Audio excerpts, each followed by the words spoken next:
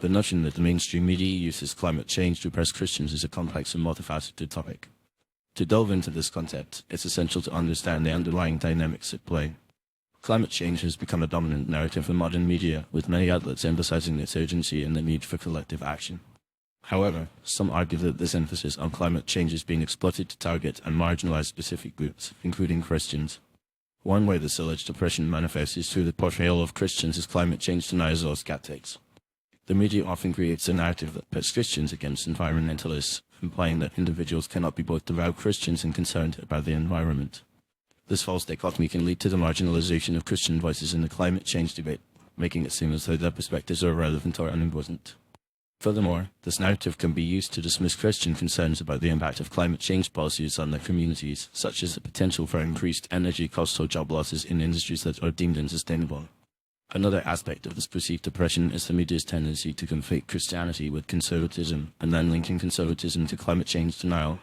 This conflation is problematic, as it ignores the diversity of Christian thought on environmental issues and the fact that many Christians are actively engaged in environmental stewardship. By perpetuating this stereotype, the media can create a sense of shame or guilt on non-Christians who are concerned about climate change, making them less likely to speak out on the issue or participate in environmental initiatives. The media's focus on climate change can also be used to undermine traditional Christian values and promote a more secular, progressive agenda.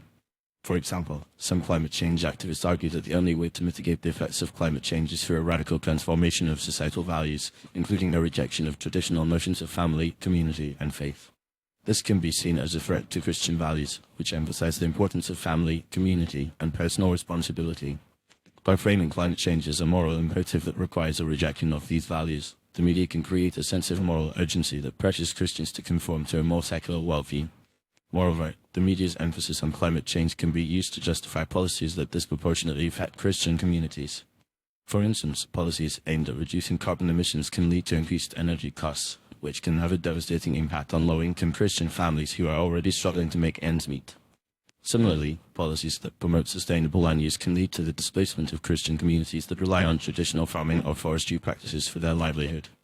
By framing these policies as necessary to combat climate change, the media can create a narrative that justifies the marginalization of Christian communities and ignores their concerns about the impact of these policies. Despite these concerns, it's essential to acknowledge that many Christians are actively engaged in environmental stewardship and are working to address the challenges posed by climate change. These efforts often reflect a deep commitment to caring for creation and promoting the common good.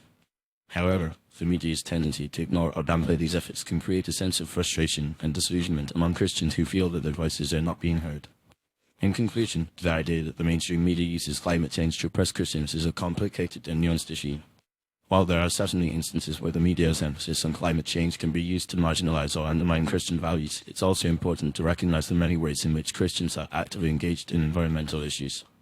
Rather than pitting Christians against environmentalists, the media should strive to create a more nuanced and inclusive narrative that acknowledges the diversity of perspectives on climate change and promotes a more constructive dialogue about the challenges and opportunities it presents.